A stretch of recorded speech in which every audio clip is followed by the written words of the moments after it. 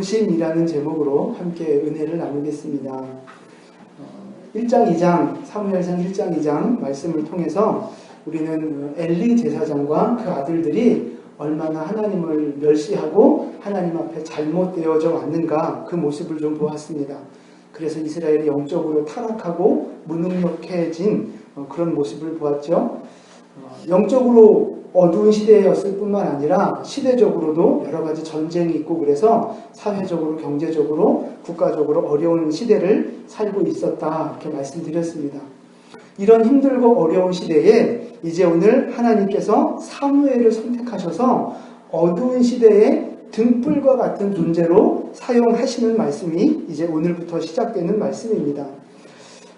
오늘 3장은 하나님이 사무엘을 처음 부르시는 말씀이거든요. 하나님이 처음 사무엘을 부르시면서 이제 엘리의 시대는 끝이 나고 사무엘의 새로운 시대가 시작되는 말씀이에요. 근데 오늘 사무엘을 이렇게 부르시는 말씀을 우리가 읽었는데 맨 처음에 불러서 하시는 말씀이 뭐냐 하면 엘리 제사장 가문에 대한 저주를 말씀하세요. 그 전에 2장으로 한번 돌아가 보시면 2장 33절과 34절 말씀 한번 보실까요?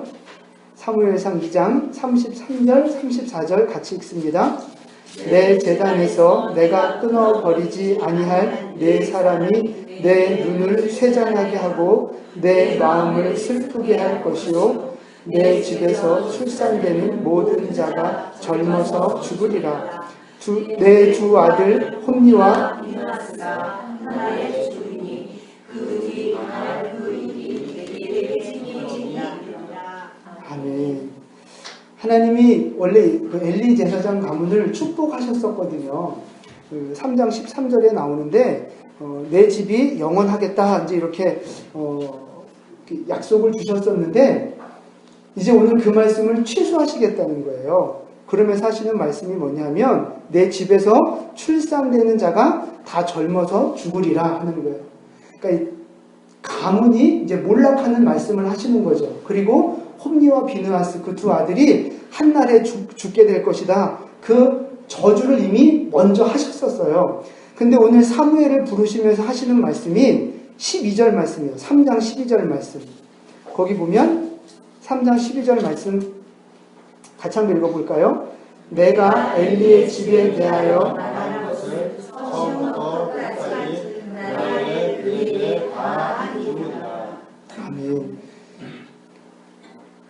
예언했던 그 저주의 말씀을 이제 이루을 것이다 라고 사무엘에게 그 말씀을 이제 하시는 거예요. 엘리 가문은 제사장 가문이잖아요. 복을 받아야 하는데 왜 하나님 앞에 저주를 받고 하나님이 이렇게 버리는 그런 사람, 그런 가문이 되어졌는가 하는 것입니다. 오늘 먼저 그 말씀 좀 살펴보려고 하는데요.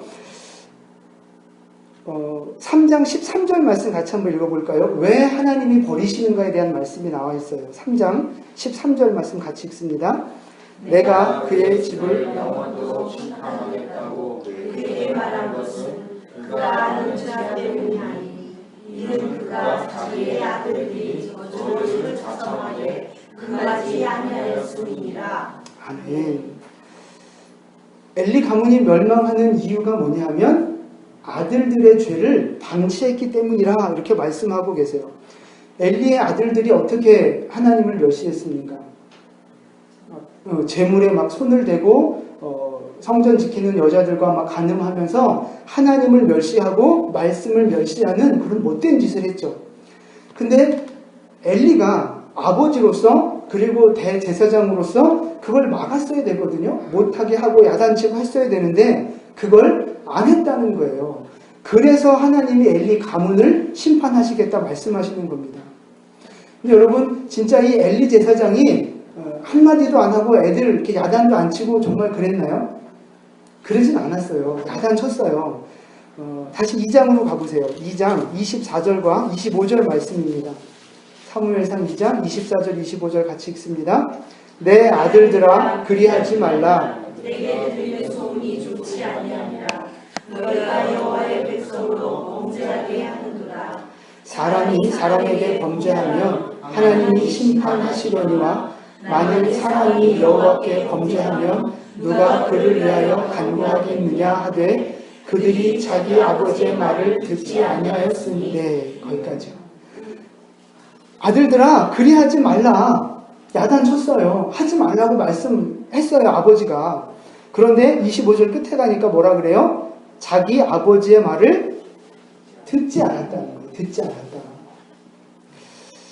애들이 좀 어리면 이렇게 말 안 들으면 막 이렇게 한번 하면 말 듣잖아요.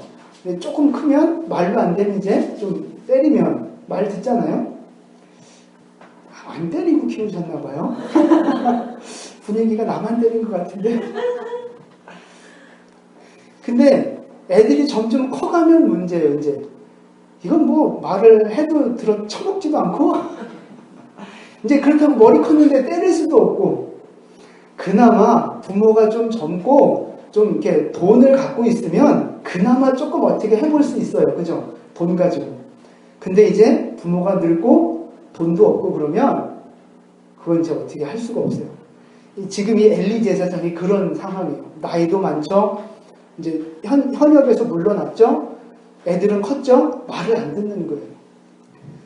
뭐 말을 해도 안 듣는 거 이제 어떻게 해요? 여러분 어떻게 하면 좋아요? 이제 머리가 너무 커서 때릴 수가 없어요. 나도 너무 늙었고. 아마 그래서 이 엘리 제사장은 아들들을 그냥 방치한 것이 아닌가 그렇게 생각이 됩니다. 그럼 어쩔 수 없는 건가요? 그건 아닌 것 같아요. 대제사장으로서 뭐 제사장들을 모으거나 무슨 대책 회의를 좀 해서라도 이 아들들이 아빠의 말을 안 들으면 제사장의 권위를 가지고서라도 뭔가 징계를 했어야죠. 뭔가 이 아들이 악행을 금하고 하나님 멸시하는 것을 멈출 수 있도록 뭔가 대책을 마련했어야 됐는데 이 엘리 제사장은 그걸 안 하는 거예요. 그냥 자기 말 이렇게 좀 적당하게 얘기는 해봤는데 안 들으니까 에이 그냥 할 수 없지 뭐 아마 그랬던 것 같습니다. 그러니까 제사장이 심판하지 않으니까 하나님이 심판하시는 그런 결과를 만들어버린 겁니다. 그 아들들의 죄를 방치하는 것이 결국 가문의 저주와 몰락으로 이어졌다는 거예요. 그래서 중요한 원리가 있는데 그게 뭐냐면 죄를 내버려 두면 그 죄가 나를 망하게 한다는 거예요. 죄를 방치해버리면 그 죄가 결국 나에게 고통과 괴로움을 가져다 준다는 말씀입니다. 민수기 33장 55절 말씀이에요. 우리 같이 읽겠습니다. 너희가 만일 그 땅의 원주민을 너희 앞에서 몰아내지 아니하면 너희가 남겨둔 자들이 너희의 은혜의 가시와 너희의 후에 찌르는 것이 되어 너희가 거주하는 땅에서 너희를 괴롭게 할 것이요. 아멘. 이스라엘 백성들이 가나안 땅에 들어갈 때 해야 할 이야기를 말씀하신 거예요. 원주민을 다 내쫓으라 했거든요. 내쫓지 않으면 어떻게 된다는 거예요? 그 사람들이 이스라엘 백성들의 눈의 가시 같은 존재가 된다는 거예요. 눈의 가시, 옆구리를 찌르는 거. 눈에 가시 들어가면 얼마나 아픕니까? 그렇게 이스라엘 백성들을 고통스럽게 만들 거라는 거예요. 원주민을 내쫓지 않으면. 원주민은 죄를 상징하는 거거든요. 우리의 삶 속에 죄를 그냥 내버려 두면 그 죄가 점점 자라고 가시가 돼서 결국 우리를 찌른다는 거예요. 나를 찌른다는 거예요. 여러분, 그 죄를 내버려 두시는 것이 더 쉽습니까? 아니면 죄를 회개하고 고치는 것이 더 쉽습니까?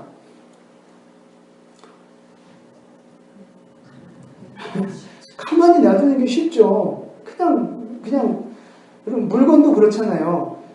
망가뜨리는 게 쉬워요? 고치는 게 쉬워요? 망가뜨리는 게 쉽죠. 그냥 이렇게 하면 망가지는 거예요. 근데 고치려면 힘들죠. 사람도 사실은 그래요.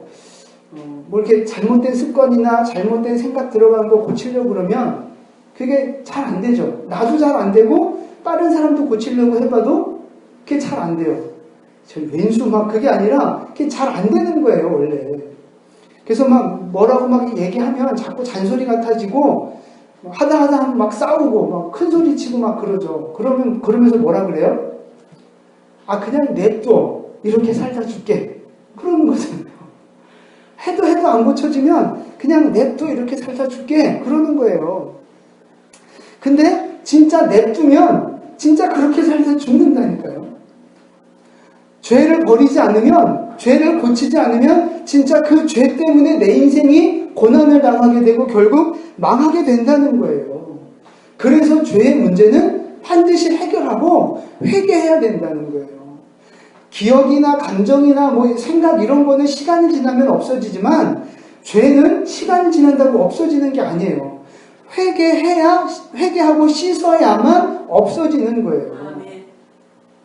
엘리 제사장의 문제가 뭐냐? 하나님의 말씀을 듣기는 들었어요. 그런데 그 말씀을 순종하지 않고 죄를 그냥 방치해버렸거든요. 그래서 결국 심판받은 거예요. 말씀을 들었으면 회개해야 되고 나를 바꿔야 하고 나를 고쳐야 되는데 그걸 안 하는 거예요. 듣기만 하고 그냥 가만히 방치하니까 결국 그 죄 때문에 엘리가 죽게 된 거죠. 여러분, 살려면 죄를 버리고 고쳐야 된다는 것입니다. 여러분 어떠세요? 여러분 생각 속에, 삶 속에 혹시 알면서도 해결하지 않은 죄가 혹시 있습니까? 알면서도 그냥 방치해버리고 있는 죄가 혹시 있지 않습니까? 힘들다는 이유로, 불편하다는 이유로 여러 가지 핑계를 대면서 여러분 안에 계속해서 남아있는 그 죄를 혹시 그냥 내버려 두고 있지는 않습니까? 우리의 생각 속에, 또 나쁜 생활 습관 속에 그런 것들이 혹시 있다면 여러분 회개하시고 내어 쫓으셔야 합니다. 죄를 방치해버리면, 지금 조금 편하자고 그냥 죄를 방치해버리면 반드시 그 죄가 자라서 나를 찌르는 가시가 된다는 거예요. 여러분 삶 속에 죄가 있다면 회개하시고 내어 버리시기를 축복합니다. 예수님의 보혈로 씻으시고 십자가 앞에 나와 회개하셔서 죄의 문제를 반드시 해결하는 여러분 되시기를 축복합니다. 그래서 죄 때문에 망하지 말고 죄를 이기고 축복을 향해 나아가는 여러분 되시기를 예수님의 이름으로 축원을 드립니다. 아멘. 이게 이제 엘리 제사장의 문제였는데 반대로 사무엘에게는 하나님이 복을 주셨거든요. 어떠한 복을 주셨느냐? 3장 19절 말씀입니다. 사무엘상 3장 19절 함께 19절 읽겠습니다. 사무엘이 자라매 여호와께서 하나도 땅에 떨어지지 않게 하시니. 아멘. 사무엘이 하는 말이 하나도 땅에 안 떨어졌다는 거예요. 그러니까 사무엘이 기도하면 기도하는 그대로 하나님이 응답해 주셨다는 거예요. 여러분 얼마나 큰 축복을 받았습니까? 여러분도 그런가요 혹시? 기도하면 다 응답 받나요? 사무엘에게 주셨던 이 축복이 여러분에게도 임하기를 축복합니다. 정말 우리가 기도하는 대로 하나님이 다 응답해 주셨으면 좋겠습니다. 그러니까 기도를 잘해야 돼요. 기도를. 괜히 응답돼서 문제가 생길 기도를 하면 안 되는 거예요. 그러니까 사무엘은 그 기도를 잘했던 것 같아요. 응답돼도 전혀 문제되지 않고 은혜될 그런 기도들을 했던 거죠. 근데 우리는 좀 잘못된 기도를 많이 하지 않나 싶어요. 어쨌든 응답돼도 문제되지 않을 그 기도를 잘 하셔서 하나님이 정말 우리의 기도에 응답하시는 그런 은혜가 있기를 축복합니다. 아멘. 그런데 하나님은 사무엘에게 왜 이런 큰 복을 주셨느냐 하는 거예요. 사무엘이 기도만 하면 무조건 응답되는 이런 큰 축복을 왜 사무엘에게 주셨을까 하는 것입니다. 그 이유는 말씀을 듣고 순종했기 때문에 그런 거예요. 하나님하고 우리하고 이렇게 관계를 맺으면 우리가 신앙생활을 하는데 거기에 굉장히 중요한 원리가 하나 있습니다. 사무엘상 2장 30절 말씀이에요. 다시 2장으로 돌아가셔서 30절 말씀. 그 엘리 제사장한테 했던 이야기인데요. 한번 같이 읽겠습니다. 그러므로 이스라엘의 하나님 나 여호와가 말하노라.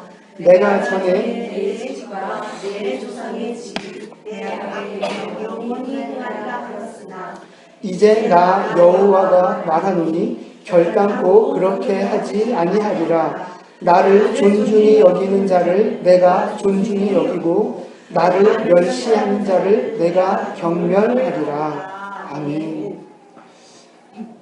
하나님은 원래 엘리 제사장한테 복을 주셨어요. 나 여호와가 말하노라 내가 전에 내 집과 내 조상의 집이 내 앞에 영원하리라 하였으나, 원래 이런 복을 주셨거든요, 엘리 가문에게. 그런데 이제 그걸 취소하시겠다는 거예요. 결단코 그 복을 주지 않겠다. 왜 그러느냐 하면, 나를 존중히 여기는 자를 내가 존중히 여기고 나를 멸시하는 자를 내가 경멸하리라. 이 중요한 원리를 말씀하시는 거예요. 결국 무슨 이야기예요? 엘리 제사장이 어떻게 했다는 얘기예요? 하나님의 말씀을 멸시했다는 거예요. 하나님을 경멸하고 멸시하니까, 그러면 하나님도 그래? 그럼 나도 너를 가만두지 않겠다 하고 엘리 제사장에게 이런 저주를 이제 허락하신 거죠. 근데 반대로 사무엘은 그게 이제 반대였던 거죠. 왜 사무엘의 말은 하나도 땅에 떨어지지 않았을까? 이 원리를 적용해 보면 어떻게 되는 걸까요? 사무엘은 하나님의 말씀을 하나도 버리지 않았다는 거예요. 사무엘은 하나님의 말씀이 임할 때 그 말씀을 하나도 소홀히 여기지 않고 하나님을 경멸하지 않고 하나님이 주시는 말씀 그대로를 지키며 순종하며 하나님을 섬겼다 하는 것입니다.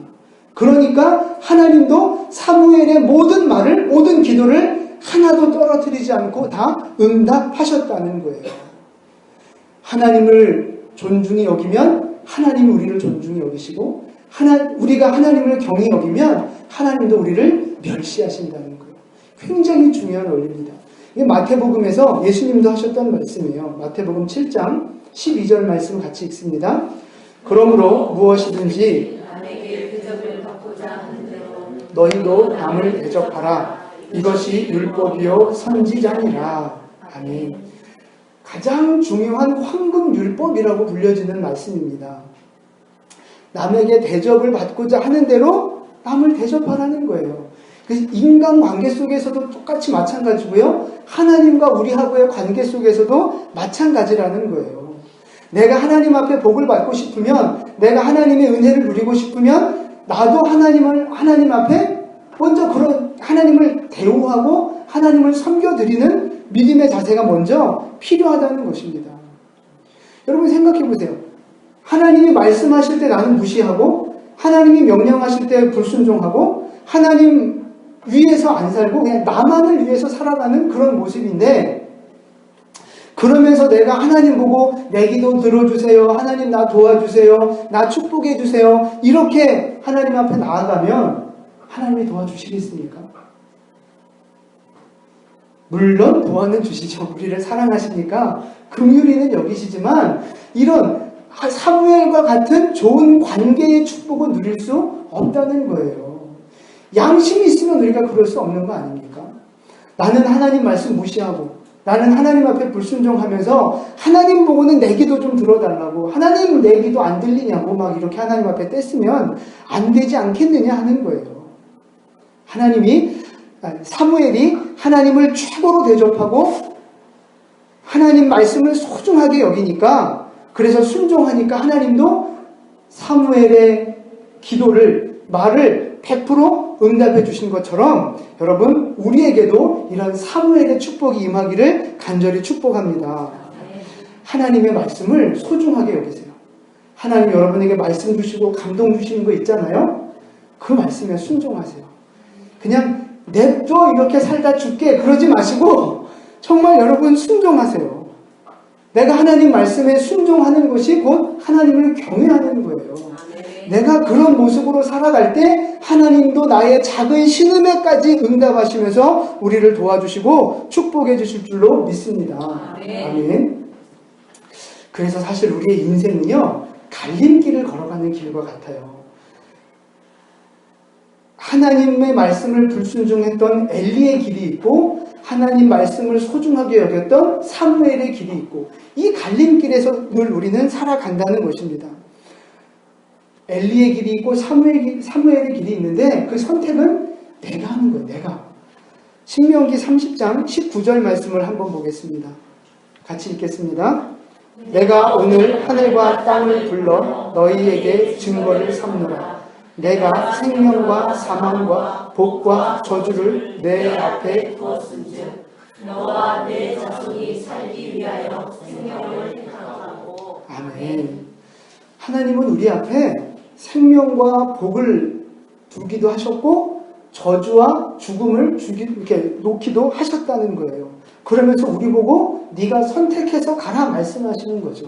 그러니까 운명론이 아니에요. 축복이 정해졌고 저주가 정해졌고 이게 아니고 하나님은 우리에게 모든 걸 다 준비해 놓으시고 네가 선택하며 살아가라 이렇게 말씀하고 계신 겁니다. 여러분 생명을 선택하고 축복을 선택하는 여러분 되시기를 축복합니다. 그럼 그게 뭐예요? 여러분 아멘 하셨는데 생명을 선택한다는 게 뭐예요? 축복을 선택한다는 게 곧 뭘 말하는 거예요? 예, 바로 그거예요. 하나님이 주신 말씀에 순종하는 것이 바로 생명을 선택하는 거예요. 반대로 하나님이 말씀하셨는데도 못 들은 척하고 불순종하면 그거는 곧 무슨 선택이에요? 저주를 선택하는 거예요. 화를 선택하는 거예요.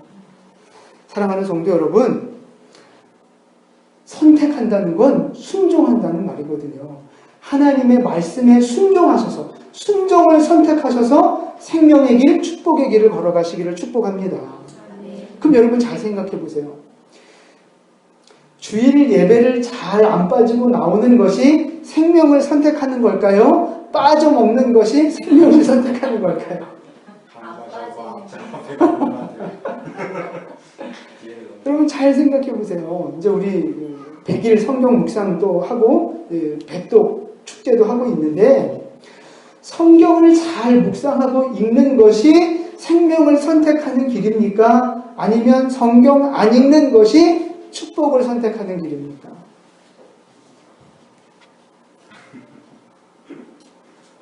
다 알잖아요? 그런데 여러분 그럼 주일을 정말 잘 대부분 다 지키시긴 하죠. 네, 하여튼 주일 빠지지 마세요. 그게 여러분 생명을 선택하는 첫걸음이에요. 아멘. 성경 읽는 것도 마찬가지예요. 말씀 묵상하는 것도 마찬가지예요. 여러분 성경 읽고 계십니까? 옆에 분한테 물어보세요. 지금 어디쯤 읽고 계시는지. 어디쯤 읽고 있을까?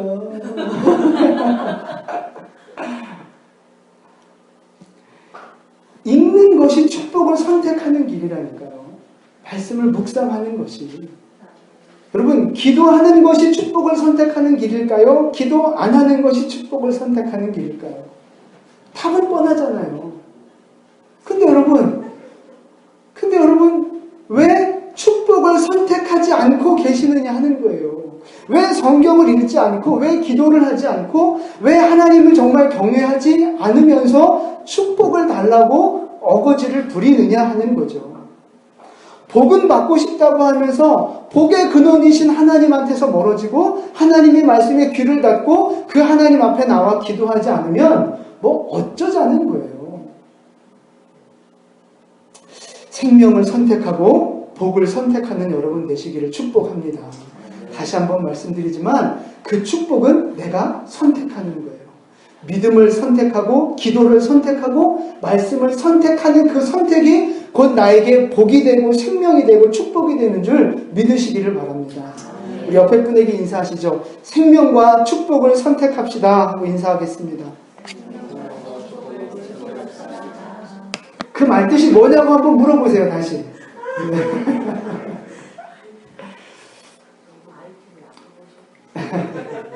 네. 두 번째 말씀은 이제 하나님이 사무엘을 이제 처음 부르시는 장면이 나오거든요. 사무엘이 지금 어린 나이에 부름을 받는데 한 12살쯤 되지 않았을까 이제 그렇게 추측을 합니다.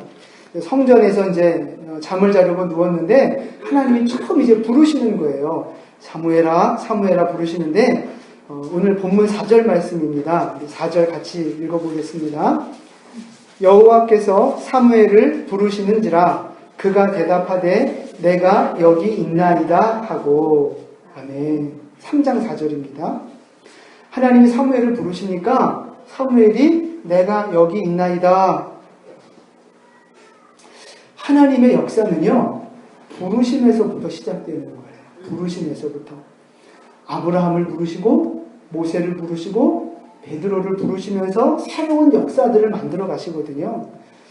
우리 애들이 친구를 부를 때는 왜 불러요? 놀자고 부르는 거예요. 근데 하나님이 우리를 부르실 때는 놀자고 부르는 게 아니에요. 왜 부르세요? 축복을 주시고 사명을 주시기 위해서 부르신다는 거예요. 하나님이 아브라함을 왜 무슨 목적을 갖고 부르셨습니까?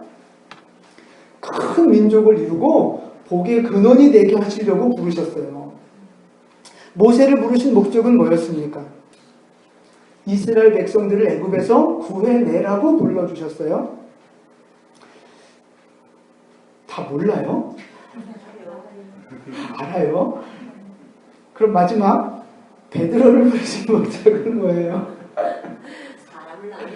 정답입니다. 네, 정답이에요. 사람을 낳는 어부대라고 부르셨죠.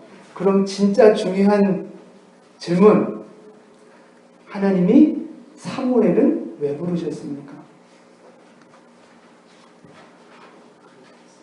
여러 가지 답이 있겠고 여러 가지 이유가 있겠지만 오늘 본문 말씀을 가지고 말씀을 드리자면 하나님이 사무엘을 부르신 목적은 꺼지지 않는 등불의 사명을 감당하라고 불러주신 거예요. 3절 말씀을 보면 성소 안에 등불이 아직 꺼지지 않았다라고 기록되어 있거든요. 그 꺼지지 않은 등불과 같은 존재가 사무엘이 바로 그런 사람이라는 거예요.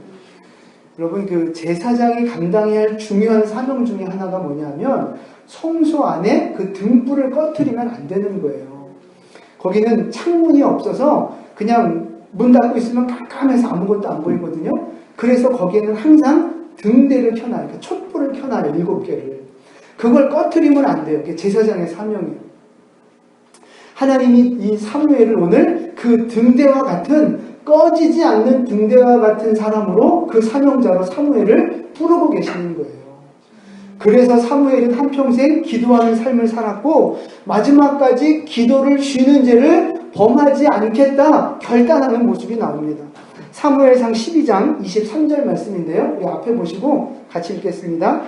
나는 너희를 위하여 기도하기를 쉬는 죄를 여호와 앞에 결단코 범하지 아니하고 선하고 의로운 길을 너희에게 가르칠 것인즉. 아멘.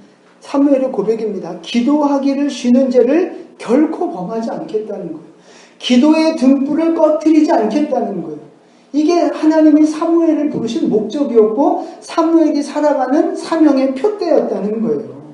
기도의 등불이 돼서 민족을 살리고 하나님의 뜻을 이루어가는 꺼지지 않는 등대와 같은 사람, 바로 사무엘이었다는 거죠. 그러면 여러분, 하나님이 오늘 나를 부르신 목적은 뭘까요? 하나님이 여러분 한 분 한 분을 왜 부르셨어요? 여러 가지 이유가 있겠지만 꺼지지 않는 등불로 살아가라고 여러분을 부르셨다는 거예요. 꺼지지 않는 등불로 살아가라고. 여러분, 10년 안에 기도의 불을 꺼뜨리시면 안 된다는 거예요. 말씀의 불이 꺼지면 안 된다는 거예요. 내 안에 항상 성령의 불이 타오를 수 있도록, 하나님을 향한 뜨거운 사랑과 열정이 타오를 수 있도록 그렇게 믿음의 삶 살아가도록 나를 부르신 줄 믿으시기를 바랍니다. 여러분 영혼에 지금 기도의 불이 타오르고 있습니까? 여러분 영혼에 지금 말씀의 불이 타오르고 있습니까? 혹시 지금 기도의 불이 꺼지고 말씀의 불이 꺼져서 캄캄한 영혼 속에 지금 내가 어떻게 살아야 될지 길을 모르고 방향을 몰라 방황하는 그런 모습은 혹시 있지 않습니까? 인생의 앞길이 깜깜하니까 낙심하고 희망을 포기하고 그러니까 절망 중에 그런 마음과 생각이 혹시 들지 않습니까? 여러분의 심령 안에 다시 기도의 불이 타오르도록 하시기를 축복합니다. 말씀의 등불이 타오르고 성령의 불이 우리 안에 타오를 수 있도록 하나님 앞에 나와 기도하고 엎드리는 여러분 되시기를 축복합니다. 하나님이 그렇게 우리를 부르셨어요. 기도하기를 쉬는 죄를 범치 않는 여러분 되시기를 축복합니다. 또 우리를 부르신 이유 중에 하나가 이 등불의 역할을 어디서 감당하라는 거예요? 우리의 가정과 교회 안에서 그 등대의 사명을 감당하라는 거예요. 우리 가정 안에서 내가 꺼지지 않는 등불이 되라는 겁니다. 우리 교회 안에서 내가 등불과 같은 존재가 되라는 거예요. 여러분, 왜 이렇게 사람이 전도를 해도 왜 교회를 안 올까요? 뭐 이렇게 남편분들 교회 안 나오시는 분들, 자녀들 교회 안 나오는 사람들, 아니면 이렇게 전도해서 교회 좀 나오라고 해도 안 나오는 사람들 있잖아요. 왜 안 나올까요? 그리고 예수를 이렇게 교회를 나오면서도 왜 자꾸 실수를 하고, 왜 자꾸 이렇게 잘못된 길을 하고, 길을 걸어가고, 왜 그럴까요? 불이 꺼져 있어서 그럴 거예요. 불이 꺼져 있어서. 깜깜하니까. 몰라서 그러는 거예요. 그러니까 내가 그 등불이 되어줘야 한다는 거예요. 내가. 어둠 가운데 있는 사람, 아무것도 모르는 사람, 그런 사람의 내 등불이 내가 되어줘서 내가 그 사람을 위해서 중보기도함으로 그 사람의 등불이 되어주고, 내가 그 사람에게 말씀을 전하고 말씀대로 순종함을 통해서 그 사람에게 말씀의 등불이 되어줘야 한다는 거예요. 그것이 하나님이 나를 등불로 부르신 사명이라는 것입니다.